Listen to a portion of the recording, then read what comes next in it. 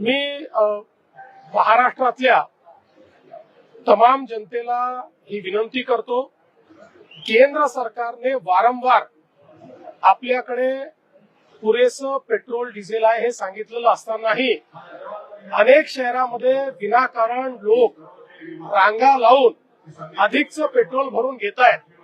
अशा प्रवृत्तीमुळे टंचाई निर्माण होते, कारण डिमांड आणि सप्लाय याच्यावर ज्यावेळेस स्ट्रेस येतो त्यावेळी अनेक अडचणी तयार होतात.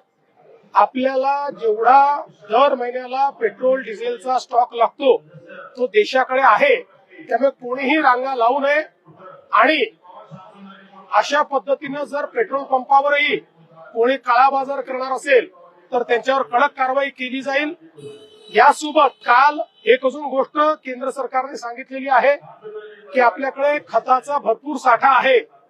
काही लोक त्याचीही काळाबाजारी करण्याचा प्रयत्न करतायत. आम्ही आढावा घेतला असता गेल्या 3 दिवसांमध्ये डीएपीची खपत 70% वाढलेली आहे. नेहमीपेक्षा आम्ही मागच्या वर्षीची या दिवसांमध्येच जेव्हा त्याची तुलना केली तर असं लक्षात येत आहे की कुठेतरी या संदर्भात पॅनिक बाईंग होत आहे. त्यामुळे तोही साठा दरवर्षी आपल्याला लागतो तेवढा आपल्याकडे मिळणार आहे. कोणी पॅनिक बाईंग करू नये. आणि जे पुरवठादार आहेत त्यांनी देखील जर या ठिकाणी त्याचं होर्डिंग करून आणि शेतकऱ्यांना त्रास देण्याचा प्रयत्न केला, कडक कारवाई करून या ठिकाणी फौजदारी कारवाई त्यांच्यावर करण्यात येईल, हा इशारा आम्ही देतोय.